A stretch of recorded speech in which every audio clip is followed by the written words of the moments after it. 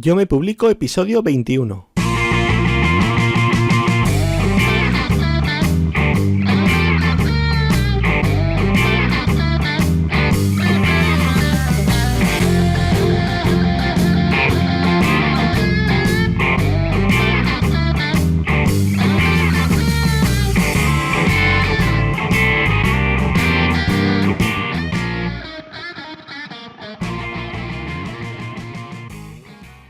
Bienvenido y bienvenida a Yo me publico, el podcast de tu publicación profesional en el que hablamos de escritura, corrección, maquetación, cubiertas, publicación, promoción y todo lo que tiene que ver con la publicación de calidad.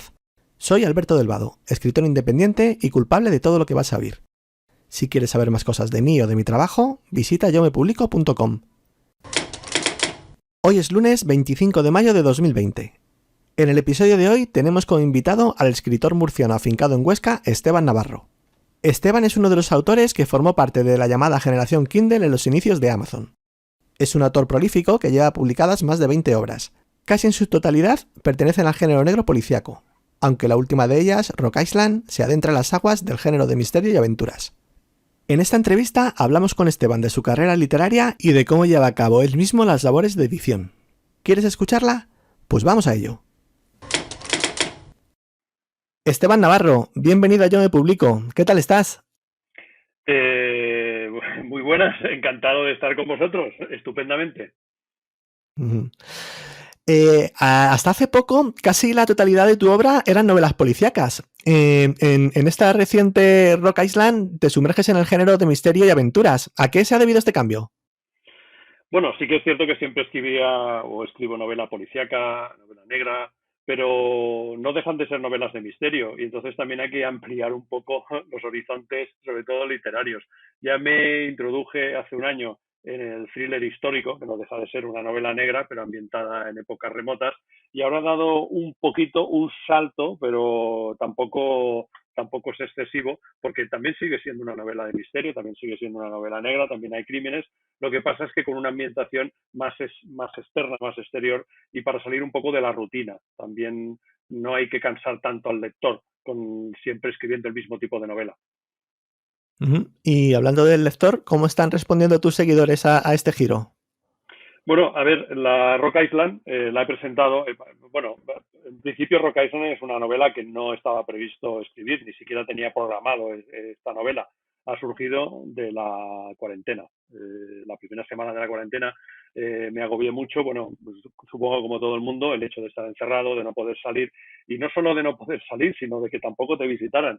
Pues tú, haciendo un símil con el que está preso, el que está prisionero en una celda, no puede salir, pero quizás sí que le pueden visitar, y hay una serie de gente externa que vienen a verlo, los médicos, los policías, les traen la comida y todo. Pero nosotros hemos estado encerrados tanto hacia adentro como hacia afuera, no hemos podido salir, pero tampoco han podido venir, ¿no?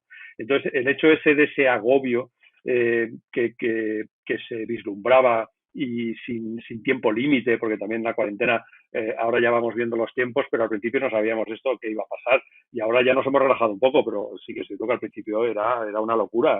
¿Qué va a ocurrir? Se va a acabar el mundo, se va a acabar la raza humana, es que no sabíamos cómo estaba. Entonces, como terapia, inicié esta novela. Es una novela fantasiosa que realmente la escribí para mí. El primer lector de esta novela ha sido yo, y yo quería escribir esta novela. Entonces fue surgiendo, y de hecho en poco más de 5 o 6 semanas la he concluido. Bueno, ya la tengo hasta revisada y todo, y la he presentado al concurso de Amazon. Uh-huh.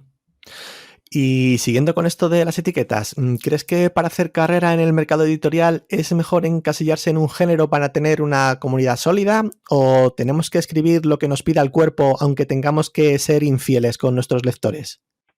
Yo creo que uno tiene que escribir lo que le pida al cuerpo y tiene que dejarse de modas. En la literatura no caben las modas. A mí me escriben muchos autores y autoras que cultivan otros géneros y quieren documentarse, porque como he sido policía durante 24 años, pues quieren un poco aprovecharse de mi experiencia para escribir novelas policíacas porque tienen tirón ahora. Entonces yo encuentro, es una deslealtad hacia uno mismo.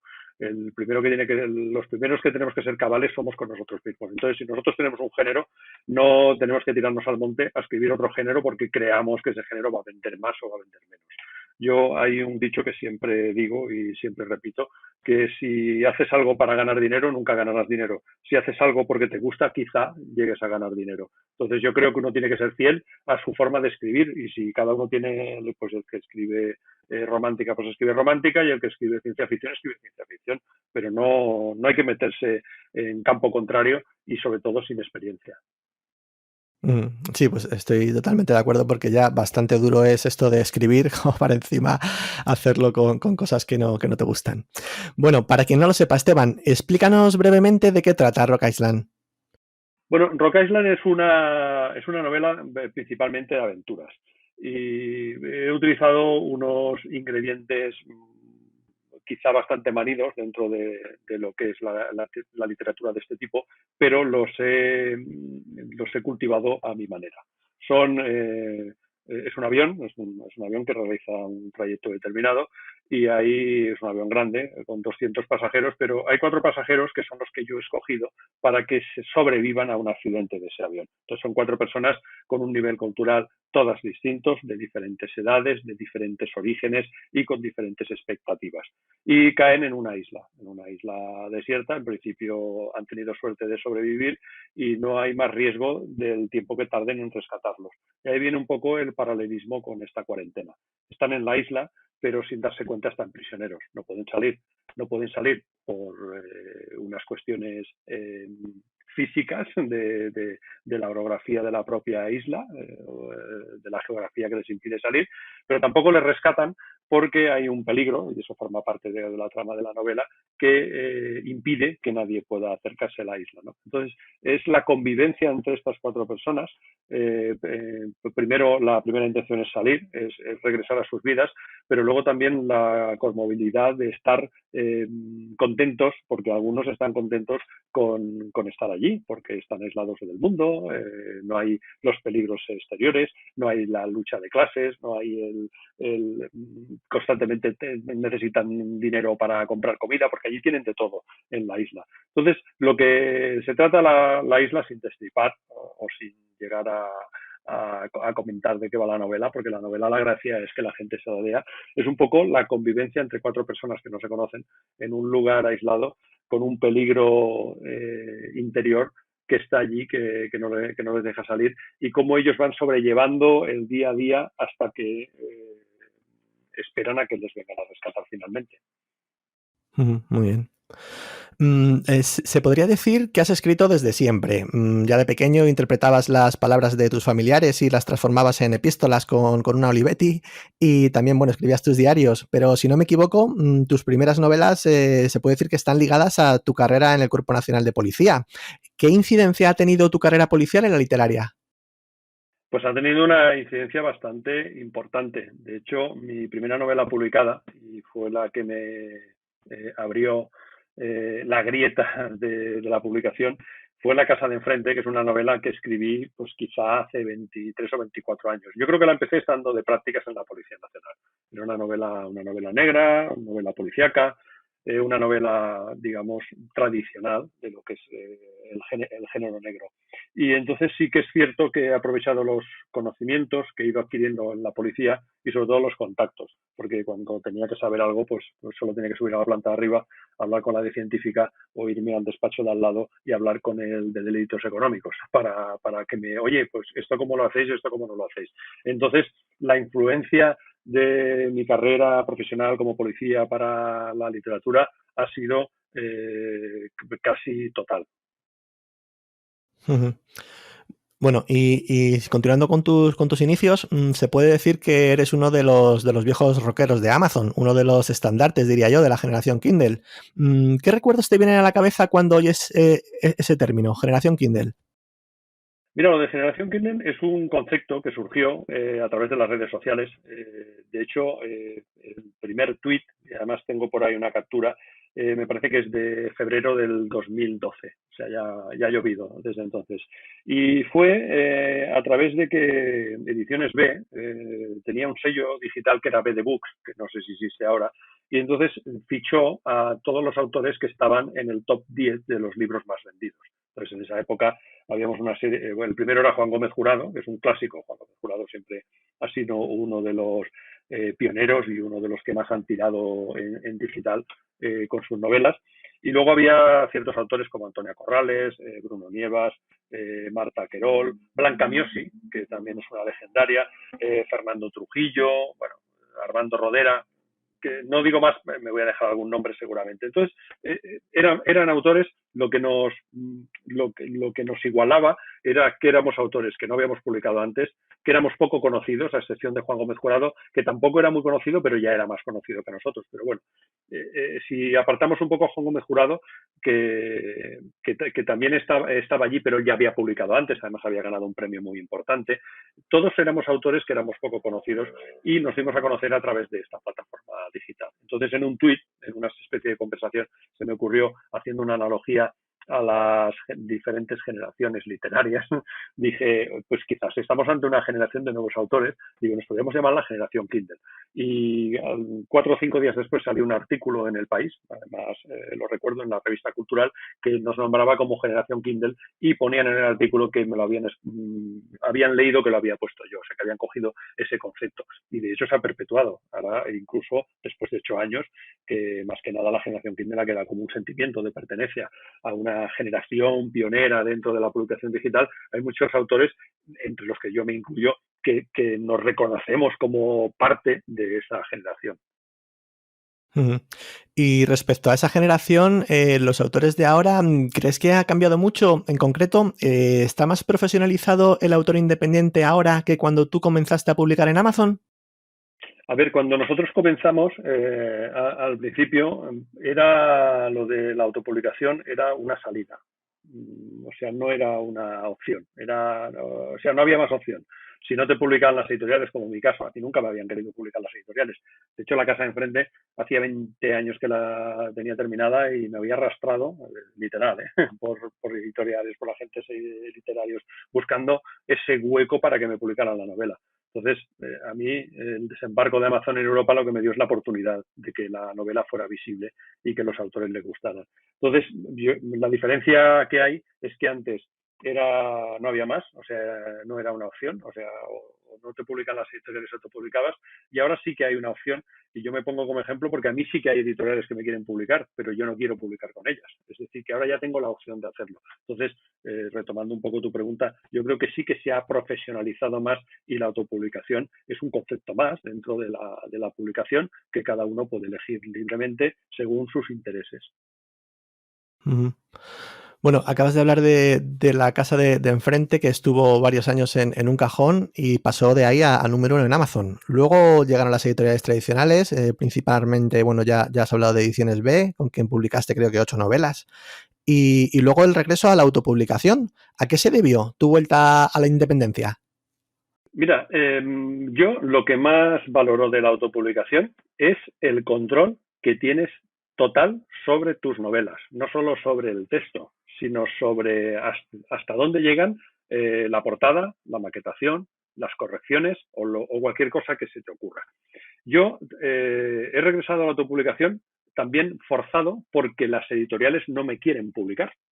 Es decir, las editoriales lo que quieren, y te hablo desde mi experiencia, son novelas que ya funcionan y las quieren coger ellos para explotarlas ellos. Pero no me quieren coger novelas nuevas hasta que ellos no sepan si funcionan. Parece, dicho así, parece descabellado, pero es lo que ocurre. Es decir, a mí me escriben una editorial, no voy a nombrar ni editoriales, pero sí te voy a poner el ejemplo. O sea, a mí me escribe una editorial ayer mismo y me dice, oye, esa novela que tienes que tanto se vende, la queremos explotar nosotros. Y eso me parece una barbaridad, porque esa novela a mí me está produciendo una rentabilidad económica importante y lo que quiere la editorial es pegar un buen mordisco sobre esa rentabilidad de la novela y dejarme a mí una rentabilidad mínima. Entonces yo le digo a la editorial, no, pero hablemos de otra que he terminado ahora, que tengo ahora. No nos interesa porque no sabemos si se va a vender. Es decir, las editoriales lo que menos les importa, y eso es un llamamiento a todos los autores que quizá no lo saben, lo que menos les importa es la novela. La editorial no le importa para nada la novela. Lo que le importa es que el autor venda. Si el autor vende, le cogerán la novela porque saben que se va a vender, sea el tipo de novela que sea. Si el autor no vende, no le cogerán la novela aunque sea una obra maestra. Esto es un concepto que tiene que quedar bien claro.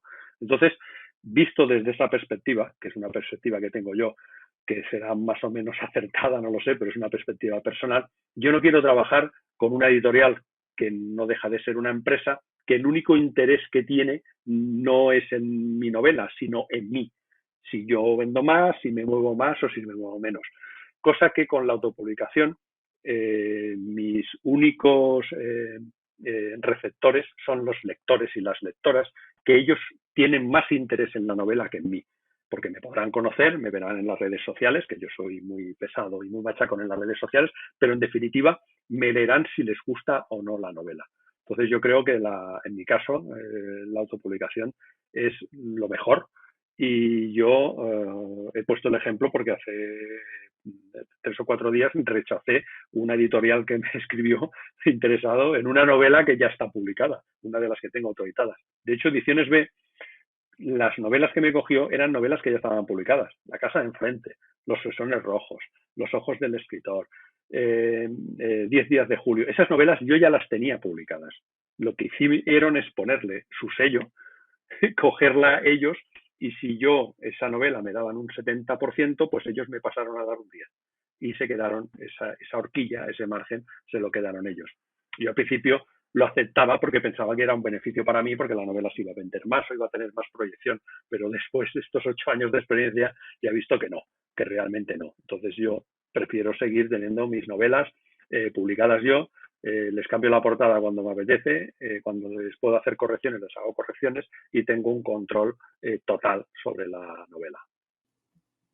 Muy bien. Se puede decir que eres un autor prolífico, ya has sobrepasado las 20 obras. ¿Han cambiado en algo tus métodos a la hora de planificar y escribir las novelas desde La casa de enfrente a Rock Island? Pues no, la verdad es que mi método es que no tengo método. Escribo, no tengo ni procesador de textos. Yo utilizo, tengo un MacBook, utilizo el Pages, que es el propio editor de texto que trae por defecto el Mac. No tengo guías, ni guiones, ni nada. Escribo lo que me apetece y me dejo llevar. De hecho, me sumerjo en la novela. Lo que hago es familiarizarme con los personajes, con el entorno, y yo lo que hago es los creo, los pongo allí y luego voy observando lo que hacen. Ya sé que suena muy poético, pero es que es así. Y voy escribiendo lo que voy viendo que van haciendo ellos. Y la novela se va creando ella sola. No tengo ni índices, ni utilizo programas externos sofisticados para hacer para hacer los capítulos, ni nada. Voy escribiendo, cuando creo que el capítulo ha terminado salto al capítulo siguiente, y cuando creo que la novela ha terminado, si me han quedado 150 páginas, quedan 150, y si me han quedado 400, quedan 400. De hecho, Verdugos creo que ronda las 400 páginas y Rock Island las 180, porque la novela no soy yo el que decido cuando empieza y cuando acaba, lo decide la propia novela. Hay novelas que dan más de sí, hay novelas que dan menos. Y luego lo que sí tengo una tablet, y como el Pages lo tengo conectado con el iCloud, pues cuando viajo, cuando estoy en algún sitio, cuando me voy a hacer senderismo, si se me ocurre alguna idea que creo que pueda ser interesante, me meto en la aplicación y la añado y la pongo. Pero nada más, el único vicio que tengo, o la única norma que no he rechazado nunca, es que no sé escribir sobre un documento que ponga sin título. Tengo que poner el título, o sea, la novela tiene que llevar un título desde el mismo momento en que empiezo a escribirla. Año 2013. Esteban Navarro, finalista del Premio Nadal con La Noche de los Peones. ¿Cómo afectó esto a tu carrera? ¿Fue determinante como pudiera parecer o no ha tenido tanta trascendencia?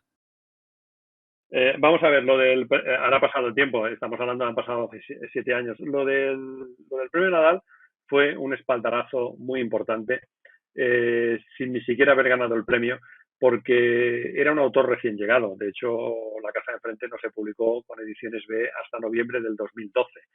O sea que estamos hablando noviembre del 2012 y el Nadal quedé finalista en enero del 2013. Es decir, que un autor Nobel hacía 2 meses que había publicado una novela que ya había tenido el año anterior un recorrido y un éxito en digital, y llegó a ser escogida entre 6 finalistas para el premio Nadal. Entonces eso, la importancia que tuvo fue más personal hacia mí, porque yo me di cuenta de que quizá mis novelas no eran tan malas. Digo, pues a lo mejor no son tan malas cuando se venden y ahora cuando llego a finalista en el Nadal.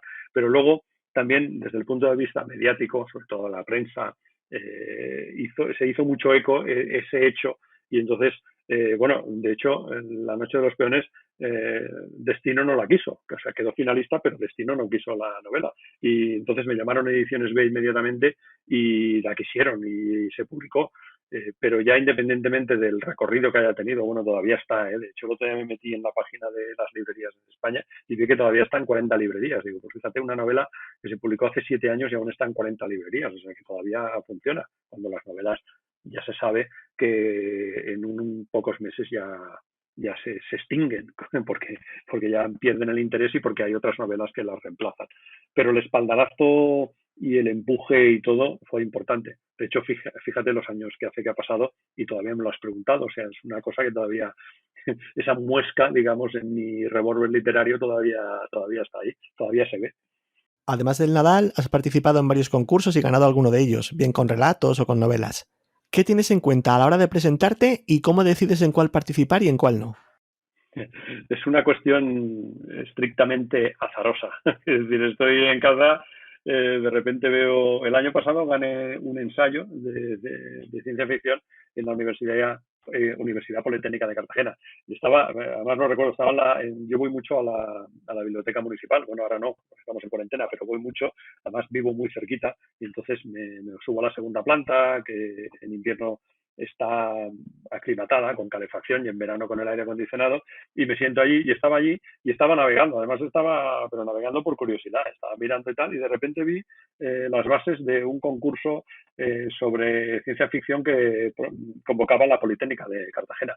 Y en ese momento se me ocurrió una idea a raíz de una noticia que había leído hacía poco, de que habían encontrado que seguramente el Homo sapiens provenía del Neandertal, o sea, el Homo sapiens y el Neandertal habían convivido, incluso habían tenido relaciones, y se me ocurrió una historia de amor entre un Homo sapiens y un Neandertal, y que esa historia de amor no se descubre hasta que no hayan los huesos en unas ruinas bueno, en unas excavaciones. El caso es que con todo eso construí una historia de 12 o 13 páginas, la envié y ganó.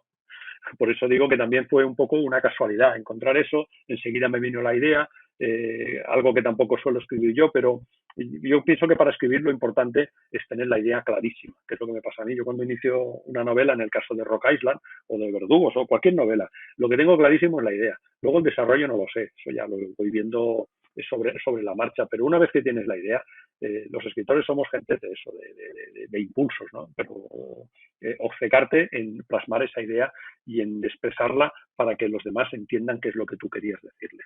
Y yo tengo mano con eso porque realmente he ganado muchos concursos de relato y hay sitios que ya ni me presento. El de Caspe lo he ganado 3 años seguidos. Una localidad aquí de Caspe ya ni me presento porque da hasta vergüenza. Digo, la gente pensará que hay tonto. Pero no, es porque leo las bases, son bases temáticas. Dice, pues este año estará dedicado a lo que sea. Entonces en ese momento se me ocurre una idea.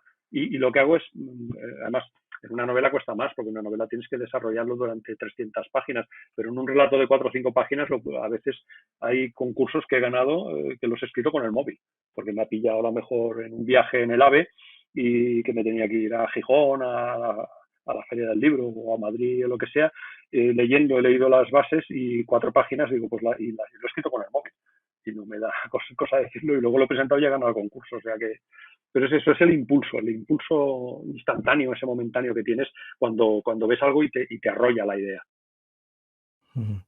Y respecto a las novelas, cuando terminas el primer borrador, ¿a quién se lo enseñas? ¿Sigues buscando a los lectores cero en las redes sociales o ya tienes unos fijos? No, bueno, la fija es mi mujer, que es la primera lectora, es la que se lee y es la que me dice que le parece o que no le parece o la idea. Lo del lector cero, que creo que lo he hecho una vez y lo hice precisamente con una historia de policías, que además, curiosamente, la entregué a 10 lectores y entre los 10 lectores me fueron dando las correcciones que tenían. No lo he vuelto a hacer, no porque no me fíe de los lectores, sino un poco por pereza, porque es un proceso muy elaborado. Necesitas primero buscar a la gente, luego enviarles los manuscritos, luego que te hagan las correcciones y todo. Entonces lo probé, fue una experiencia, la verdad es que gratificante, pero ya te digo, es como demasiado elaborado y demasiado intrincado y complicado como para hacerlo con cada novela. Además, este año he publicado 6 novelas. Si en todas estas 6 novelas hubiera tenido que buscar lectores ceros y todo, hubiera estado más tiempo en el contacto con los lectores que en realidad con la publicación. ¿Y recurres para algo más a tus lectores? ¿Consultas los títulos de las obras o validas con ellos los diseños de las portadas o algo así? Lo he hecho en algún caso, pero no en todos. He sometido a criterio de los lectores, o de los, más que de los lectores, porque no todos son lectores, sino de los seguidores en las redes sociales. Pues poner 3 bocetos o 4 de una novela y aceptar todas las recomendaciones que me vayan haciendo sobre cuál le parece mejor, si consideran que hay otro color o así. Con La rubia del Tívoli lo hice y la verdad es que fue satisfactorio, porque con todo lo que me fueron enviando es cierto que la portada quedó bastante más atractiva de lo que estaba originalmente. Pero eso forma parte más del juego de las redes sociales, la interrelación y hacer partícipe a los seguidores en tus novelas. Uno de los experimentos más gratificantes que tengo fue con La puerta vacía, que hice una especie de concurso a través de las redes sociales para elegir el nombre de un personaje y ganó una chica que se llamaba Miriam. Entonces uno de los personajes lleva su nombre en honor a que fue la ganadora del concurso. No recuerdo exactamente qué era, si me tenían que enviar fotos sosteniendo una novela mía y entre las que más votaciones tuvieran, algo así, porque eso fue en el año también 2014, creo, pero me pareció una experiencia, la verdad, muy agradable. ¿Y te autoeditas tú completamente o hay algún servicio que lo contratas? La corrección, maquetación, portadas. Ahora estoy al 100% ya. Me lo hago todo yo, todo. Me escribo la novela, me la corrijo, me la maqueto y las portadas me las hago yo también. De hecho, lo hago todo. No es porque no me fíe de nadie, sino porque ya me he acostumbrado, he cogido esa rutina y entonces ya pues, me lo hago todo al 100%. Me creo mi página web, que además es bastante sencilla. Incluso, a pesar de que ya he superado los 12.000 seguidores en Twitter, manejo yo mis redes sociales. O sea, el que yo le respondo algo en Twitter, puede estar seguro de que el que le ha respondido soy yo. Es decir, no tengo nadie que me haga nada. Lo hago todo yo. Y respecto a las portadas, me ha llamado la atención el sello que tienen de autor superventas. ¿Es un reclamo tuyo o es gentileza de Amazon? No, Amazon ahí no. Amazon te da plena libertad para que hagas lo que quieras y como mejor quieras, dentro de unos márgenes legales. A eso sí entendemos. Lo del autor superventas es porque realmente cuando uno se autopublica es muy complicado dar unas cifras que sean contrastables o fiables. Los autopublicados les pasa un poco como los cazadores, ¿no? Que dicen que la razón de un cazador es a una mentira otra mayor, ¿no? Yo he cazado 2 conejos, pues yo 4, ¿no? Y ya está. Y eso no es contrastable. Entonces, yo sí que he visto en algunos autoeditados que hacen unas cifras, pero bueno, a ver, las cifras son exageradas, pero es que las editoriales también lo hacen. Yo he ido a ferias del libro, he estado firmando en años anteriores y he visto a un autor que lo he tenido enfrente que se ha aburrido como un rebaño de ostras, vamos, que ha estado allí que no ha firmado nada y al otro día en la prensa ha salido el titular como el autor más vendido. El autor que ayer más vendió no sé qué. Entonces, las editoriales ya de por sí mienten porque les interesa. No tienes nada más que ver que sacan una novela. Tú sabes lo que cuesta imprimir 5, 6 o 10.000 ejemplares y distribuirlos y tal. Hay autores que sacan una novela y a los 2 días dicen, segunda edición, pues ya la tenían preparada. No hay un margen para que hayan sacado, pues, ¿por qué? Porque dicen, si tenemos que sacar 5.000 ejemplares, vamos a sacar 2.000 en la primera edición y 1.000 en cada una de las ediciones y así en un mes tendremos 5 ediciones y eso tiene una repercusión, ¿sabes? Desde la memoria colectiva la gente dice, bueno, ¿cuánto vende? ¿Cuántas ediciones? Y todo es una Todo es una mercadotecnia que se utiliza para vender más. Entonces los autoeditados, y ya con esto concluyo con esta reflexión que estaba haciendo, los autoeditados pueden decir lo que quieran.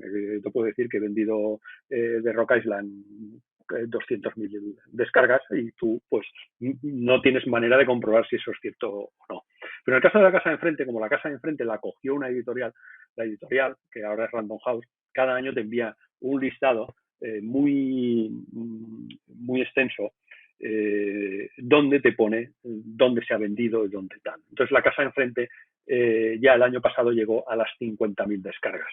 Entonces, como yo ya puedo demostrar que soy un vendedor que ha superado las 50.000 descargas en una sola de sus novelas, porque si las juntara todas ya paso las 100.000, he considerado que tenía que poner una etiqueta, aparte de que es un reclamo publicitario, porque es verdad, porque puedo demostrarlo. Es decir, soy autor superventas porque he vendido más de 50.000 ejemplares de una sola novela, que no hay muchos autores que vendan más de 50.000 ejemplares.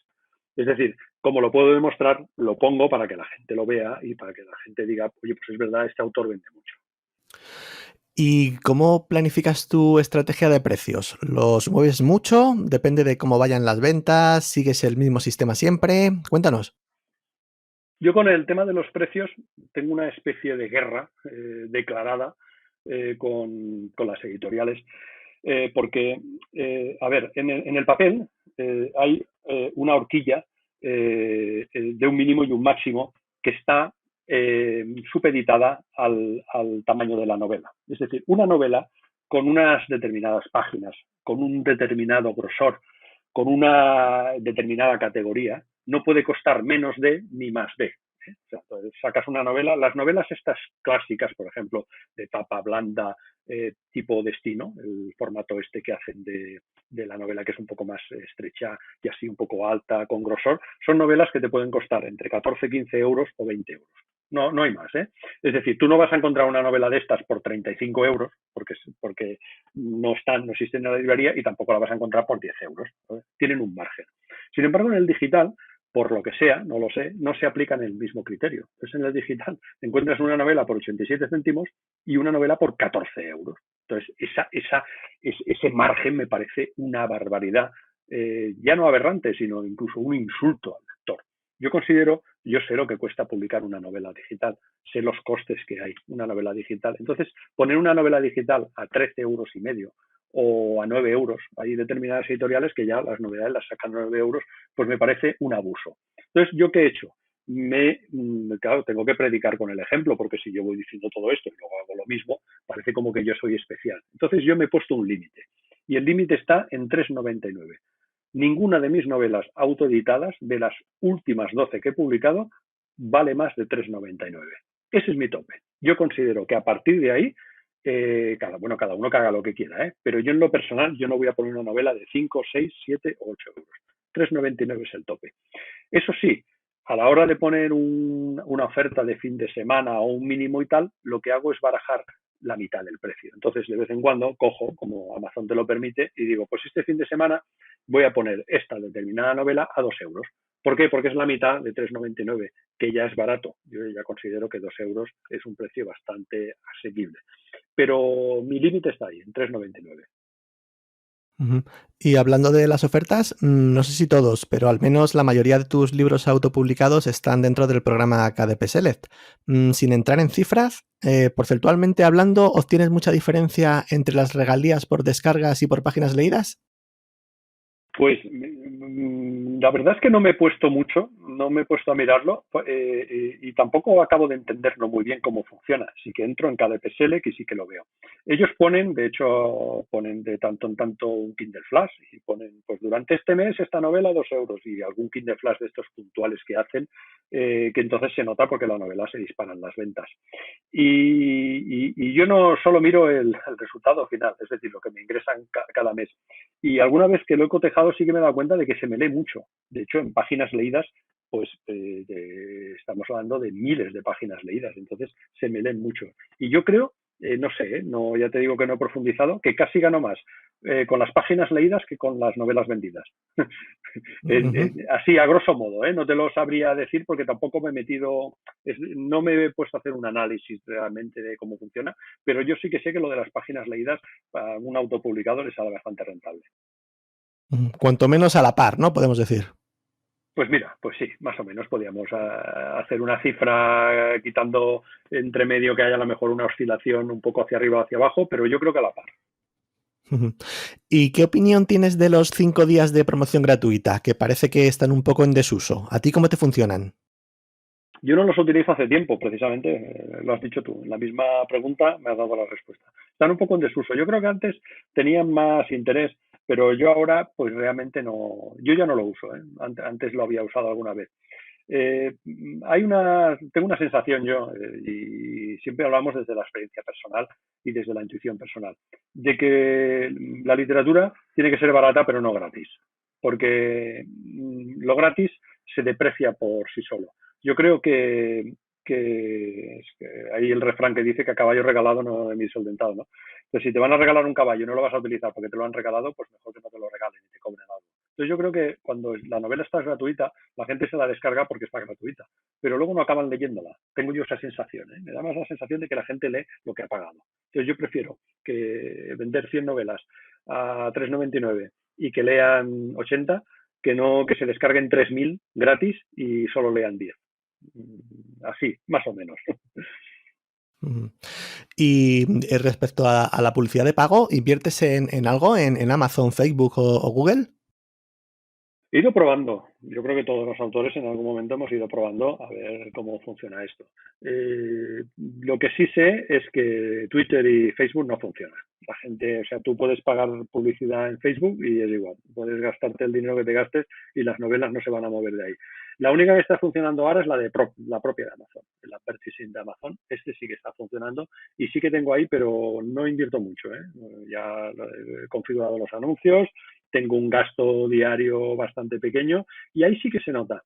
Ya no, sobre todo porque te vayan a comprar la novela, sino por la visibilidad. El hecho de que alguien compre una novela de un estilo o de una temática similar a alguna tuya y te la ofrezcan, pues parece que no y se va visionando y alguna descarga hay. Yo, desde que he contratado el servicio de publicidad de Amazon, sí que he notado también un repunte. No te lo podré decir hasta pasados unos meses, porque estos meses han sido muy atípicos por la cuarentena, porque yo sí que he notado un repunte de ventas durante la cuarentena, pero también es lógico. Todo el mundo que está en casa ha leído más en digital que en papel porque no tenía acceso al papel. Ya veremos dentro de unos meses si realmente merece la pena o no esa inversión. ¿Y cuál es la red social que mejor te funciona y qué contenido publicas en ella? Yo la que más utilizo ahora es Twitter. Tengo Instagram, pero Instagram lo utilizo a nivel personal. Pongo fotos mías pues cuando me voy a andar por el campo de mi gato, que lo tengo aquí al lado durmiendo. La utilizo un poco a nivel personal, pero yo creo que la red de redes es Twitter. De hecho, Facebook cada vez lo utilizo menos. Facebook ya casi ni pongo de vez en cuando algo, pero no pongo casi nada. Twitter, sin duda. Ujú. Bueno, pues ya vamos terminando. ¿Dónde pueden dirigirse los oyentes que quieran conocer más sobre ti o tu obra?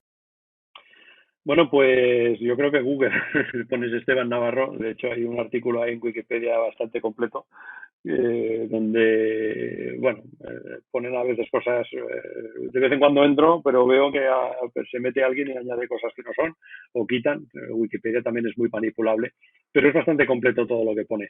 Y luego tengo una página web muy sencilla, que es estebannavarro.es, estebannavarro.es, y lo único que tengo ahí son todas mis novelas publicadas que pinchando te llevan directamente al enlace.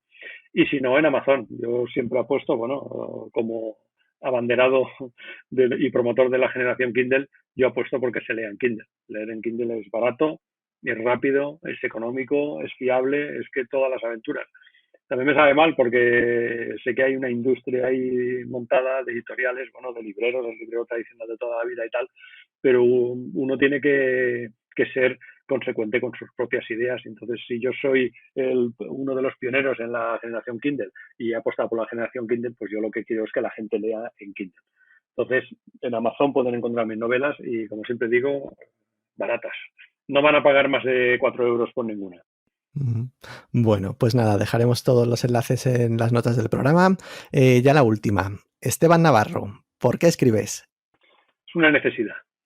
Si no escribiera, yo creo que me moriría. Necesito escribir porque tengo muchas cosas que contar y hay muy poca gente que me escuche.